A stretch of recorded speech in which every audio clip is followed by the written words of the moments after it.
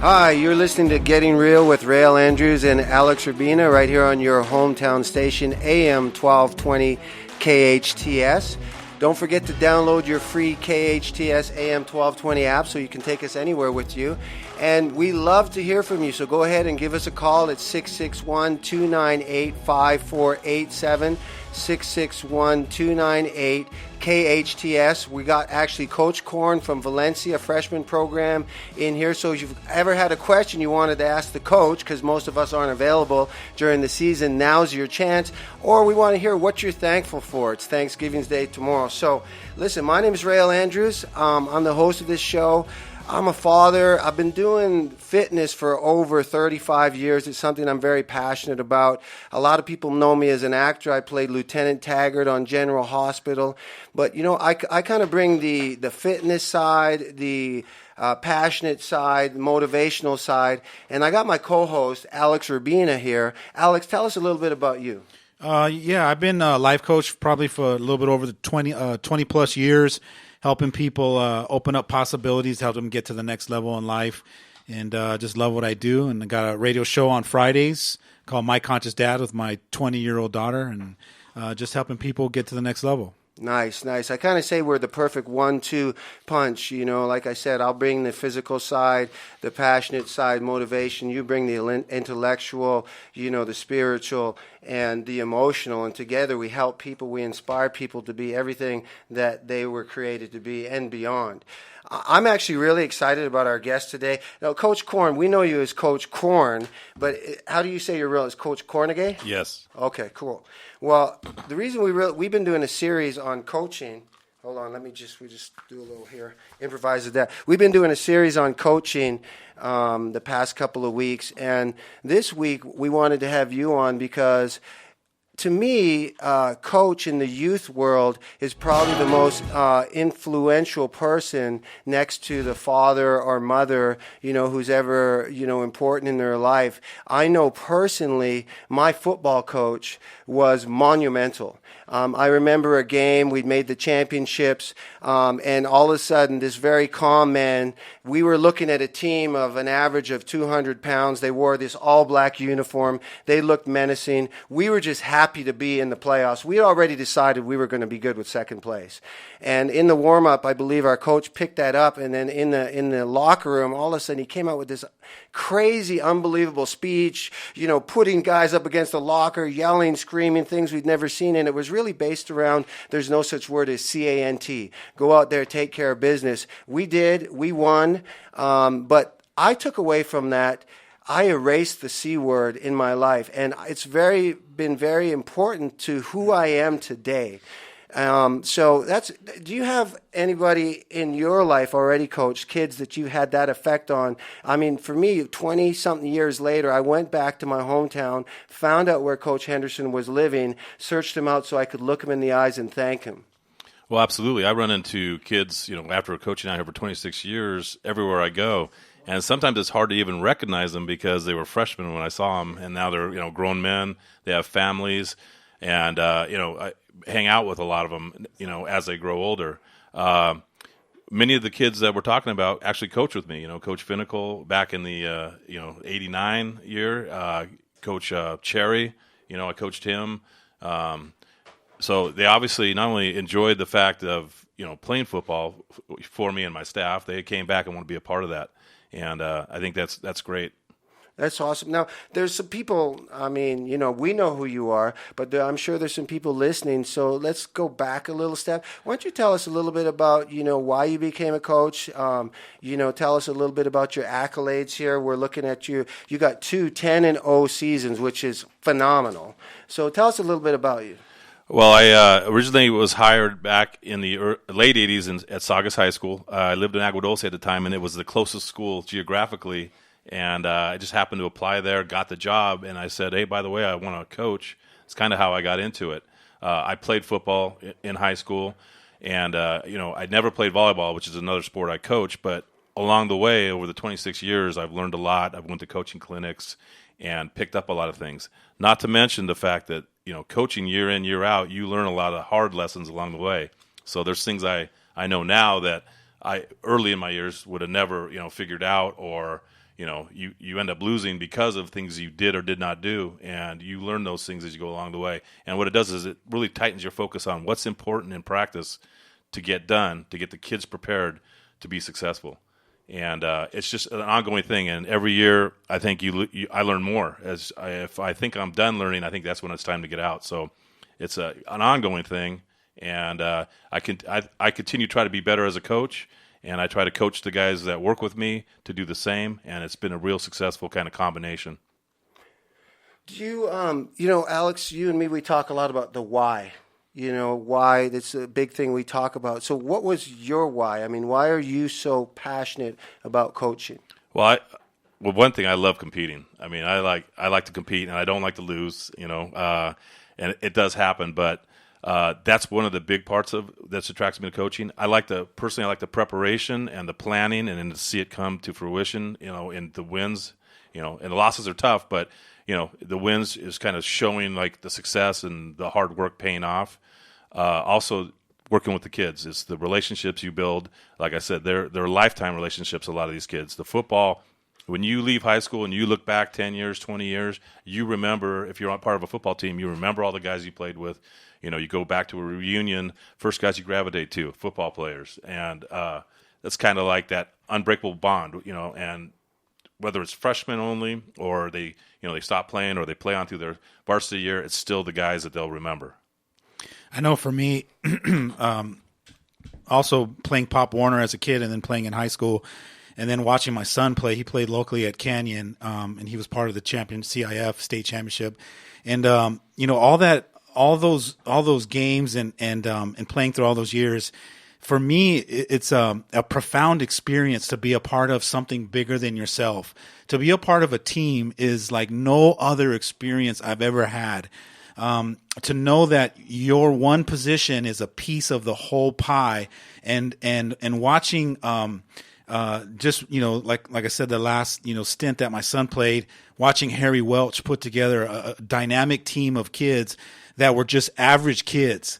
But what he did was he got the best out of every average kid. So every kid played 100% at their own position, which made the perfect team. It wasn't just a whole, it's not about having a whole group of studs, because anybody can do that. Anyone can stack their team. But if you can learn how to get the best out of average kids to be extraordinary at their one position all at the same time, you're just knocking out of the park. And it was just a phenomenal experience to watch that. Well, and that's an important part of things that I've learned over time is you got to develop depth in your program. That's right. And like we pride ourselves on not only having our first string guys, but we have second, third tier guys, and we try to put together as many reserve games, they're called, as we can, which are Saturday games for the kids that don't get to play as much on the regular games, because the games aren't that long; they go fast.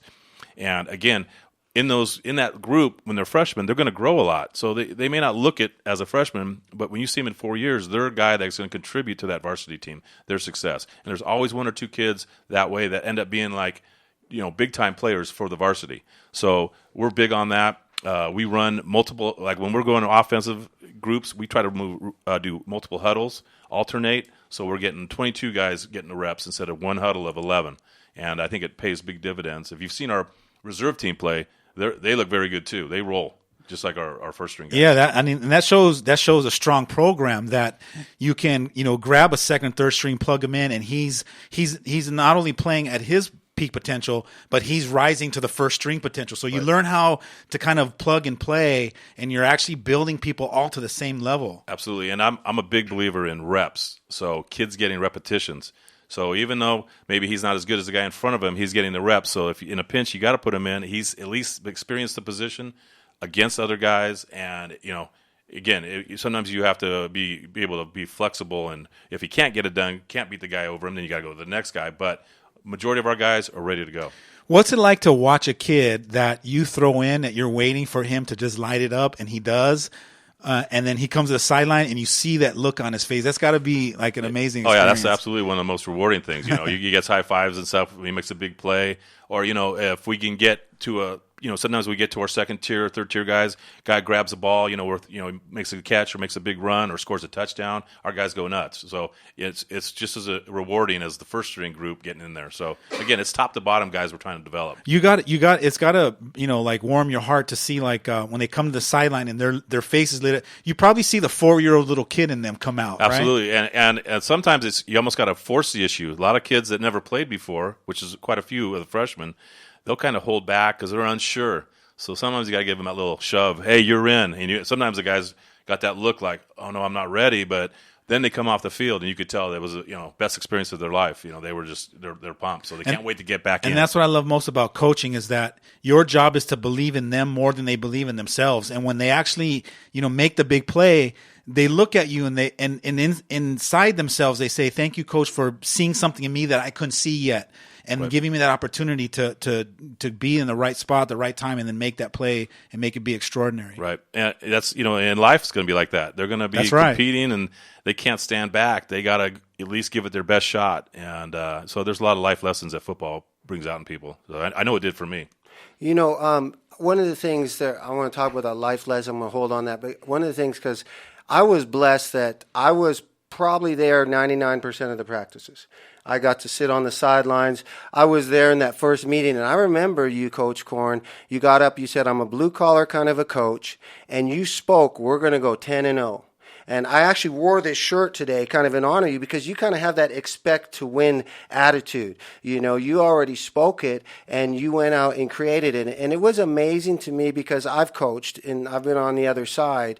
And, like everybody else, it was kind of double for me because I'm sitting on the sideline with a lot of parents who don't have a clue what's going on. They're judging from the outside. They've never coached, and you had about 80 kids, I believe, to start. And am I wrong? At least maybe more than half of them had never played. Right. So I'm sitting there watching, and I'm remembering those first days, and he said, I'm believing in Coach. I'm saying to myself, he's talking 10-0, and I'm looking at that group. But it was amazing to watch how you molded those kids and turned them into champions over the season. Absolutely. Well, we put our goals out there right away, and in freshmen, there's no playoffs. So you have two things you can do. You can go 10-0, which is our ultimate goal, and then win league, which would be, go 5-0 in league, because league is very difficult too. I don't care what the records are; those kids know each other, and it's always a tough game usually when you go up against teams in the Valley.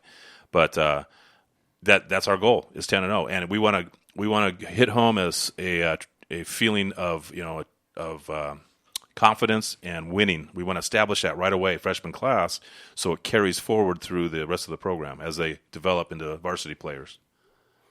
Yeah, what I love most about high school coaches is that it has to be incredibly. You have to dig down deep and draw out some incredible patience. Week by week, because you might be anxious to get to the next game, but you got to really be present and just focus on today's practice, right? And then today's practice, and then today's practice, and you're in the moment, you're day by day in the moment practicing, and you're allowing yourself to be patiently excited to get to that next level. Well, you have to be patient because you talked about you have 80 kids you're trying to move as a team. Some of them never played before.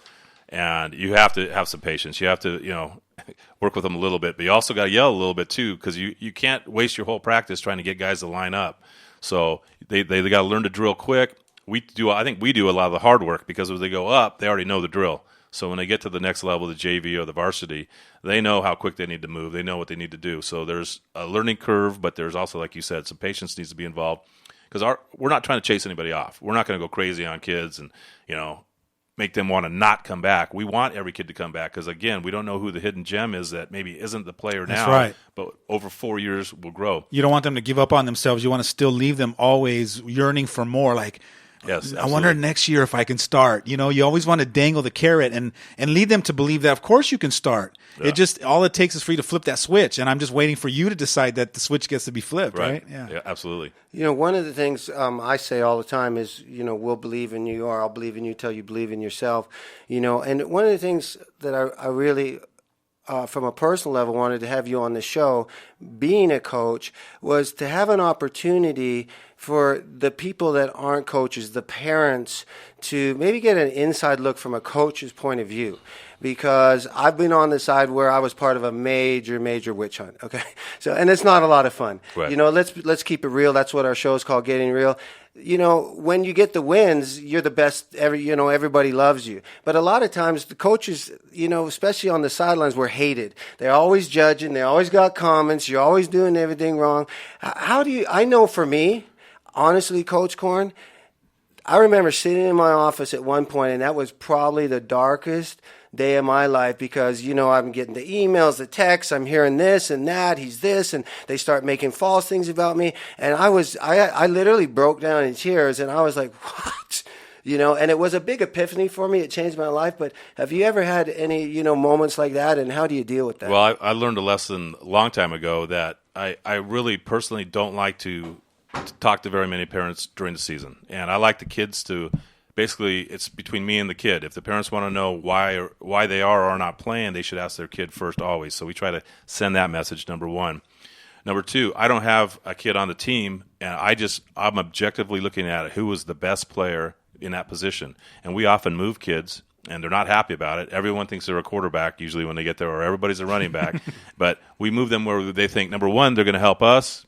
Number two, where they will play varsity year. You know what I mean? It's okay to maybe play somewhere, but you're not helping yourself if you're playing out of position, because you're not getting the work you need in preparation maybe for playing for varsity.